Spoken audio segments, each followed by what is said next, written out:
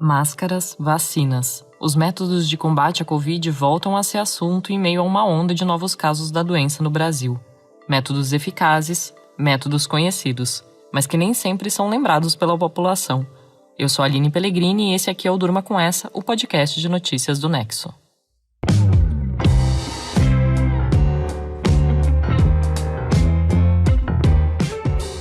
Olá, eu sou a Suzana Souza e tô aqui hoje com a Aline para apresentar esse podcast que vai ao ar todo começo de noite, de segunda a sexta, sempre com notícias instigantes que podem continuar a ecoar por aí.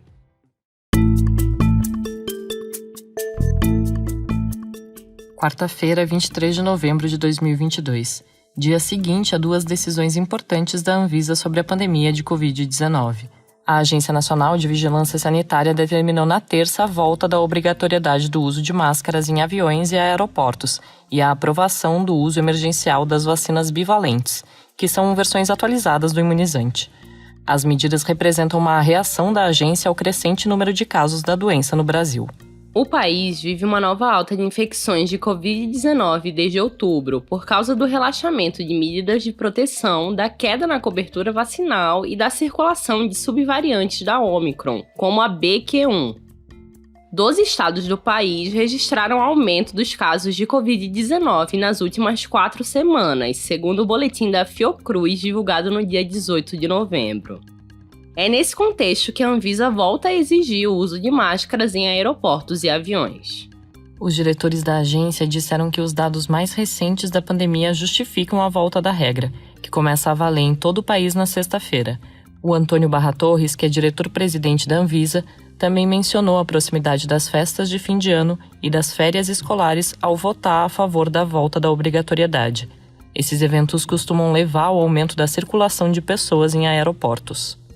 Além do retorno da obrigatoriedade das máscaras em aviões e aeroportos, governos locais e instituições voltaram a sugerir ou determinar restrições. Na sexta-feira, a Prefeitura de Belo Horizonte passou a obrigar o uso de máscaras no transporte público e no sistema de saúde. O governo do Rio de Janeiro voltou a recomendar na mesma data a proteção no transporte em ambientes fechados. Em São Paulo, o Conselho Gestor de Ciência e Saúde do Estado recomendou nesta quarta a volta do uso de máscaras no transporte público. Mas para se tornar obrigatória, a medida ainda precisa ser aceita pelo governador Rodrigo Garcia. O uso de máscaras tinha deixado de ser obrigatório em agosto de 2022, depois de mais de 2 anos em que foi regra no país. Apesar disso, muita gente incorporou a proteção na rotina e continuou a usar as máscaras, especialmente em ambientes fechados. E também muita gente continuou a negar a gravidade da doença. O filho do presidente Jair Bolsonaro, deputado federal Eduardo Bolsonaro, do PL, disse numa postagem no Twitter nesta quarta que a decisão da Anvisa é uma imbecilidade. O parlamentar ainda afirmou que pretende anular a obrigatoriedade de máscaras em aeroportos e aviões por meio de um projeto de decreto legislativo para assustar os efeitos da regra.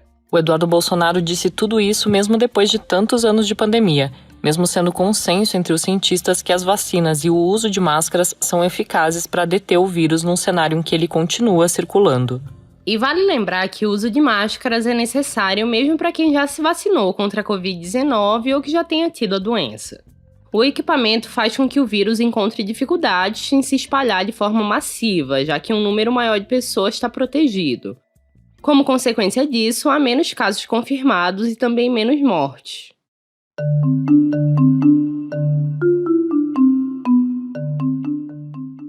A obrigatoriedade de máscaras em aeroportos e aviões entrou em última hora na pauta da reunião de terça da diretoria da Anvisa, que tinha se reunido para discutir a aprovação de 2 vacinas bivalentes da Pfizer. A Meiruzi Freitas, que é diretora da agência, disse na reunião que as vacinas aplicadas atualmente no Brasil ainda são eficazes na prevenção de casos graves e óbitos. Ela disse que as vacinas bivalentes, que devem ser usadas como dose de reforço, representam, na verdade, mais uma ferramenta a ser incorporada na estratégia de vacinação para combater a Covid. As vacinas bivalentes, ou vacinas de segunda geração, estão no centro das discussões sobre a pandemia no Brasil desde que o país identificou a circulação da BQ.1, a nova subvariante da Omicron, em outubro desse ano. Essas vacinas são produzidas pela Pfizer ou por laboratórios como a Moderna. São vacinas de mRNA, ou RNA mensageiro, mesma tecnologia dos primeiros imunizantes criados pela Pfizer contra a Covid-19.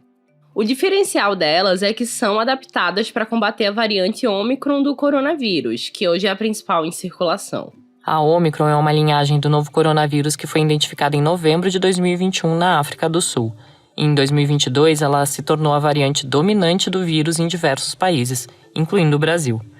Ela passou a produzir subvariantes, ou seja, sublinhagens que dividem características com a Ômicron original, mas que não são idênticas a ela. A vacina bivalente tem a vantagem de ser mais eficaz contra a Ômicron do que os primeiros imunizantes produzidos contra a Covid, que foram desenvolvidos para combater o coronavírus original, descoberto em 2019 na China. Apesar de serem eficazes para prevenir a doença grave e a morte pelo coronavírus, as vacinas originais são menos eficientes para bloquear o contágio pela Ômicron, que escapa parcialmente de sua proteção. Imunizantes feitos de RNA mensageiro, como as vacinas bivalentes da Pfizer e da Moderna, garantem imunidade contra doenças como qualquer outro. A diferença está em como eles fazem isso. Enquanto vacinas convencionais usam vírus atenuados ou inativados para despertar a resposta imune do organismo, essas utilizam o mRNA sintético desenvolvido em laboratório. O RNA mensageiro serve para fornecer informações ao organismo para criar proteínas. No caso da vacina contra a Covid-19, o mRNA produzido em laboratório ensina o corpo humano a fabricar a proteína S do coronavírus, responsável pela ligação do vírus com as células humanas. Assim que a vacina é injetada e o organismo passa a fabricar essas proteínas, os processos de defesa começam a se desencadear. Países como Estados Unidos, Canadá, Reino Unido e Chile aprovaram os imunizantes atualizados em setembro, 2 meses antes do Brasil. Com a liberação da Anvisa, as vacinas bivalentes podem começar a ser distribuídas no país. Mas essa distribuição das doses depende agora do Ministério da Saúde, que disse que o atual contrato com os fornecedores contempla a entrega de vacinas com cepas atualizadas. Mas a pasta ainda não sabe quando deve receber as novas versões do imunizante.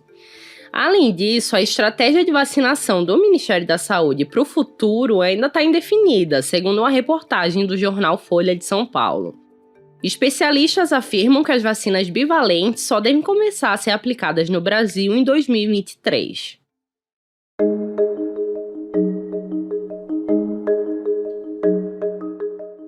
O Brasil registrou na terça-feira 159 novas mortes por Covid. A média diária de mortes é de 65, o que representa um aumento de 43% em relação a 2 semanas atrás. Já a média móvel de casos detectados é de 18 mil por dia, um número 261% maior em relação a 2 semanas atrás. Em estados como São Paulo, a quantidade de atendimentos a casos suspeitos de Covid aumentou em 8 em cada 10 hospitais privados do estado, segundo o levantamento do Sindicato dos Hospitais, Clínicas e Laboratórios divulgados nesta quarta. Apesar disso, a maioria dos pacientes não precisou ser internada. Profissionais de saúde dizem que fatores como o aumento das aglomerações, o relaxamento no uso de máscaras e a queda da imunidade dos vacinados ajudam a explicar a alta de casos, além da circulação da BQ1. Fora isso, a cobertura vacinal caiu.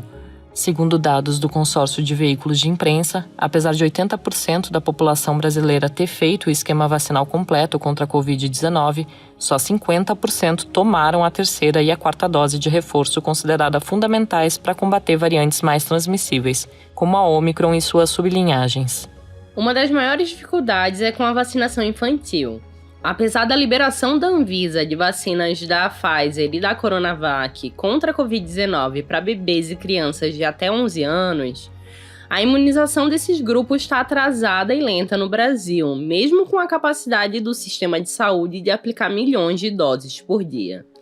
A falta de vacinação expõe esses grupos a efeitos graves da doença. Em resposta ao aumento de casos, a Sociedade Brasileira de Infectologia divulgou uma nota no dia 11 de novembro recomendando a retomada de práticas como usar máscaras em locais públicos, evitar aglomerações e tomar as doses de reforço disponíveis para cada faixa etária. Medidas para combater a nova alta de casos e mortes foram cobradas nesta quarta pelo Grupo de Saúde do Governo de Transição do presidente eleito Luiz Inácio Lula da Silva. O grupo se reúne com o atual ministro da Saúde, o Marcelo Queiroga, para cobrar também acesso aos dados da pasta sobre o coronavírus, como o estoque de vacinas e de medicamentos, e também sobre o cronograma de entrega desses produtos.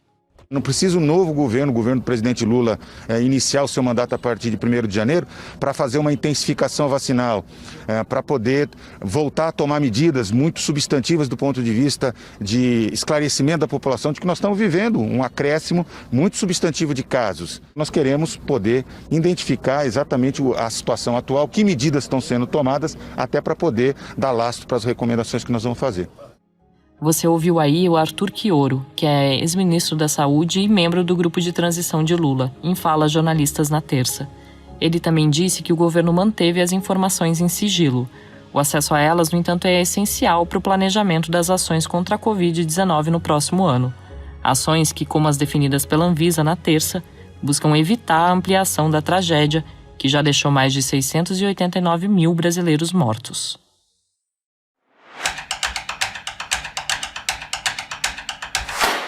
Na terça-feira, o PL, partido do presidente Jair Bolsonaro, pediu a anulação dos votos no segundo turno de mais da metade das urnas.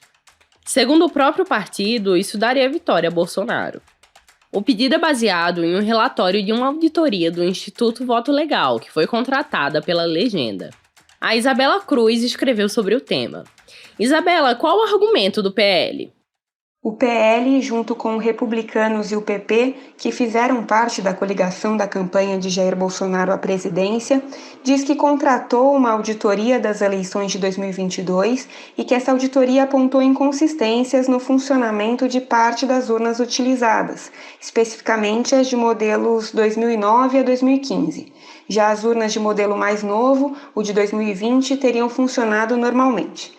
A auditoria realizada alega como ponto principal que os registros do funcionamento das urnas, os chamados logs das urnas, não mostram o código de identificação correto das máquinas mais antigas, porque o mesmo número aparece para todas elas. E aí defende que isso tornaria impossível associar o registro de cada atividade à urna que teria gerado aquela atividade. Com isso, a coligação de Bolsonaro pede para que o Tribunal Superior Eleitoral desconsidere os votos de todas as urnas que tiveram esse problema, que são cerca de 59% das máquinas usadas no segundo turno, segundo a auditoria. A coligação não esconde que essa anulação de votos que ela está pedindo daria a vitória a Bolsonaro. Isso porque, segundo a auditoria, Luiz Inácio Lula da Silva, o vencedor, foi vitorioso nas sessões eleitorais, onde foram usadas justamente as urnas impugnadas, enquanto Bolsonaro ganhou nas demais sessões. Acontece que especialistas em engenharia da computação têm afirmado que esse número de identificação de cada urna, que de fato teve ali uma falha de registro, não tem nenhum impacto sobre a apuração dos votos. Primeiro, porque a identificação individual das urnas pelo TSE é feita pelo programa usado nas máquinas, que garante uma assinatura digital a cada uma delas. Além disso, o cruzamento de outros dados disponíveis nos registros do tribunal permite a identificação de cada equipamento, mesmo sem esse número de identificação. Foi o que disse, por exemplo, o professor e pesquisador Marcos Simplício, da Escola Politécnica da USP, a Universidade de São Paulo, ao site Poder 360.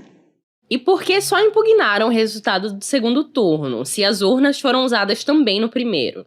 Pois é, esse foi justamente o questionamento do presidente do TSE, ministro Alexandre de Moraes, ao receber ontem, terça-feira, a petição da coligação bolsonarista. Ele deu então 24 horas para que o pedido fosse ajustado, de forma a impugnar também os resultados do primeiro turno. Só que isso não parece ser interessante para a coligação. Só o PL foi o partido que no primeiro turno conseguiu eleger as maiores bancadas, na Câmara e no Senado. Bom, a coligação respondeu à ordem de Moraes hoje, quarta-feira, e Valdemar Costa Neto, presidente do PL, convocou nova entrevista a jornalistas. Disse que, a princípio, só quer contestar o resultado do segundo turno mesmo, mas que não se opõe a verificações também sobre o primeiro, caso fiquem comprovadas irregularidades a respeito da segunda etapa. Para justificar esse pedido pela metade, a coligação alega que a auditoria só alcançou algo palpável sobre irregularidades nos registros do segundo turno e diz ainda que a impugnação da segunda etapa é mais fácil, já que o número de envolvidos é menor. Os jornalistas insistiram em questionar por que a coligação ignora nos documentos apresentados que as urnas podem sim ser identificadas de outras maneiras para além desse código que teve falha no registro. Mas Valdemar Costa Neto não conseguiu responder a isso. Valeu, Isabela. O texto dela você lê em nexojornal.com.br.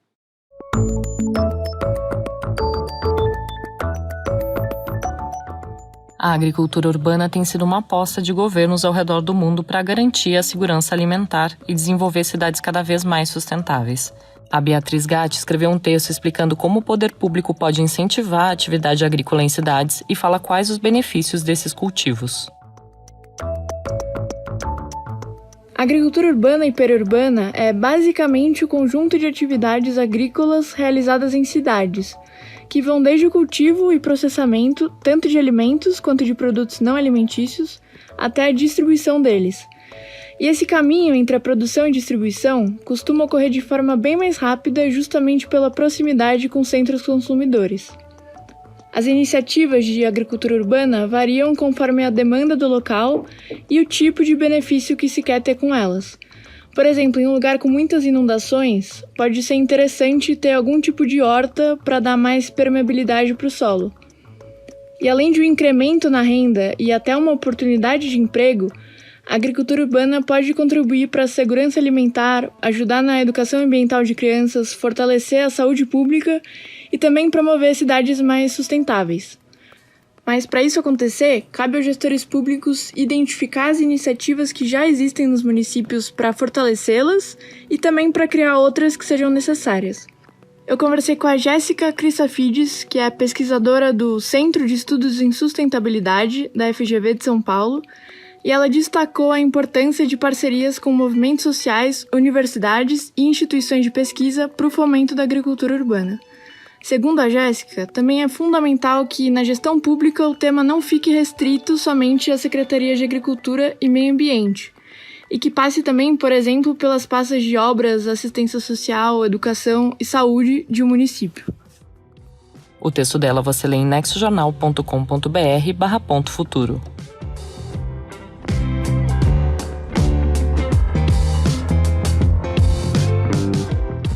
Das medidas de combate à Covid-19 em meio ao aumento de casos, passando pelo pedido do PL para anular mais da metade dos votos do segundo turno das eleições e terminando com os incentivos à agricultura urbana, durma com essa.